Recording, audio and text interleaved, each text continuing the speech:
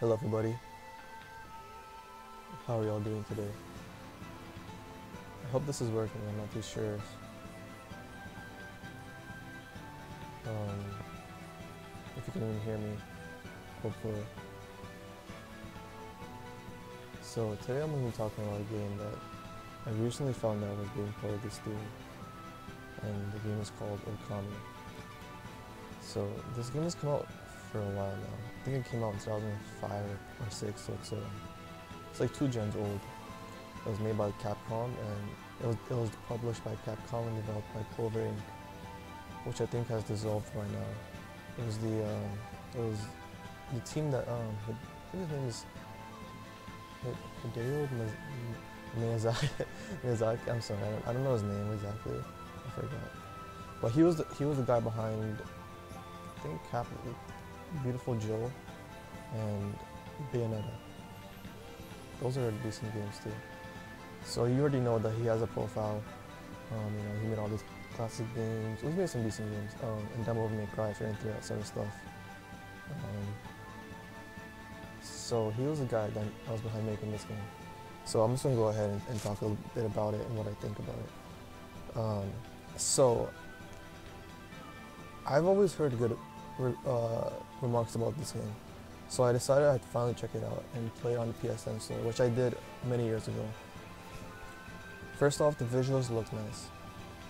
It takes on a traditional style of Japanese art that was drawn many years ago. I'm not exactly sure how long ago that was, maybe feudal Japan. My first encounter with the game was on a PS2 demo disc, and it had the beginning level of the game in there, I believe. Being young, the game charmed me. It looked unique and good for its time, and the free roaming aspect of it was enjoyable.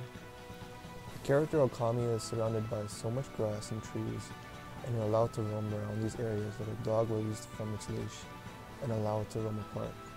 Except this park has very beautiful scenery and detail.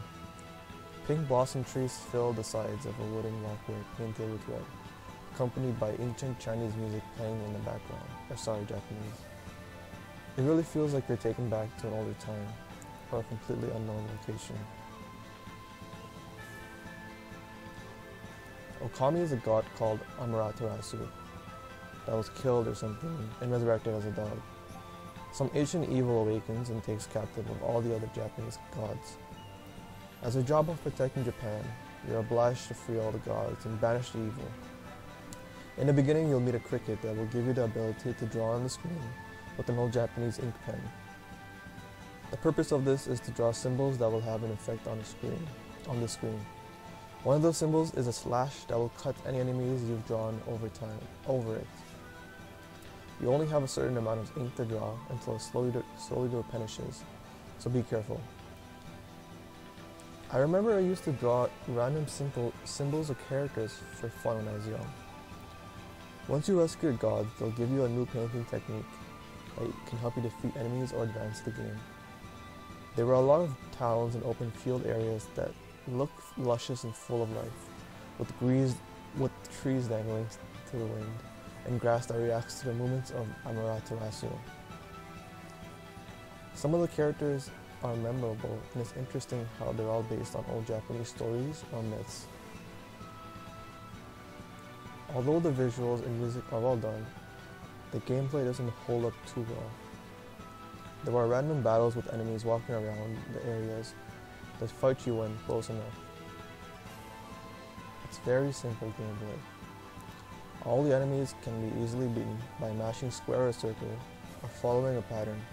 Think square, square, circle for fighting games. You perform this combo indefinitely and it eventually becomes repetitive.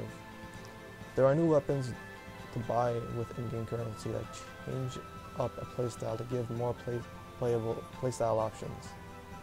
However, they all give less damage than the sword or I think fans and shield combo. No one would go for the weapons that does less damage only to make the game more fun or challenging. Using the ink brush to create attacks is also an option because it was fun fighting off enemies with a slash attack, finishing off enemies with a slash attack or a bomb. In any case, the combat is boring. When the enemy encounters you, it projects a small, inescapable sphere. that Amaterasu cannot escape from until all enemies must be defeated. You'll be doing this non-stop. The story and pacing get monotonous. You eventually meet these fairy figures of a city that tell you what to do next. You're supposed to save a town that is enshrouded in darkness, and once completed everything goes back to normal in the village. But you continuously do this all the time.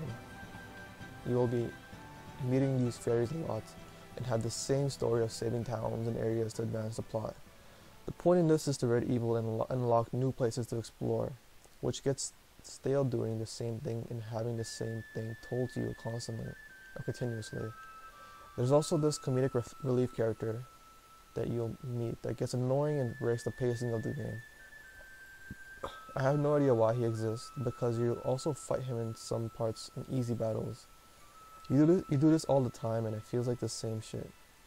Let me say that the boss dungeons are terrible. You're taken away from the inspiring and interesting world to be stuck in a cave looking around like a dumbass, to solve puzzles and face a boss that only requires you to use the latest drawing techniques you've learned to beat it from previous gods. It inspires me to complete the bosses or dungeons quickly because the caves look terrible and really take you out of the mood of the game. This is a fine point to introduce in the game, which is taking the character away from the world, if it didn't feel so reused. How many times have we really entered a dungeon or cave to fight a boss? Amaterasu must save animals to help give it more health or draw time. You basically get points if you save animals, and after a while you can use the points to give you more life or more time to draw, something like that. Or you can draw more symbols at once. You can only draw so many symbols before you have to stop before you're allowed to draw it again. So that those animals help with giving like more of those things, and which becomes a chore looking for these animals to help give more abilities advancing in the game. I don't really think it helps the game at all. I think it's kind of boring and pointless. I think you also have to face enemies if you want to free the animals or something like that. I think. No, you don't. No, never mind. You just have to like capture it or something. There are also street vendors that give you items or armors if needed. After a while, I lost interest in the game and never played it again. It loses its appeal over time when the story and gameplay offer nothing new, and make it feel like you're playing a similar game in the genre, with a different visual style. I still respect Okami for trying something different with its presentation, but it's not enough to warrant a mediocre gameplay. I'd recommend picking up Okami on a big sale and see if you'll like it yourself, especially if you're into Zelda. Well, that was my review of Okami, and I believe that the version that's coming on Steam will release on December 12th, which is pretty close for now actually. But surprisingly, there's been no talk about it. Like, I never even knew that it was coming out, and I was just browsing Steam when I found out about it. So that's pretty cool that it's finally coming out on PC. People can try it out if they never really had a console to play it on. Although you could also play it on, I believe it's called PCSX2, which is the PS2 emulator. You can also play it on that if your computer is good enough. But this should be easier to run because it's a really old game. So, but yeah, that's about it. That's all I have to say. Sorry, it's not really that important, but I couldn't really record with the Saw mask on. I usually do that in my last review. I did that with the Saw mask, and that was for Gran Turismo 6. So I couldn't do it this time because I was trying to find the mask. I couldn't find it. It would have been perfect for Halloween because Halloween's in, I believe, 5 days. Yeah, in 5 days. Wow, time flies. Yeah, that would have been really cool to do because like it fits the theme. So yeah, that's about it. So I'm just gonna like re-edit it and put in like a video or something, in a montage, and that's about it. So if you like this review, then I'll probably like make more in the future. I have some reviews on Steam that I've never really voiced over, so maybe I could do those. Maybe I don't know if I'll do that. Maybe I'll just start over and create some new ones. We'll see how that goes. So yeah, thank you for watching.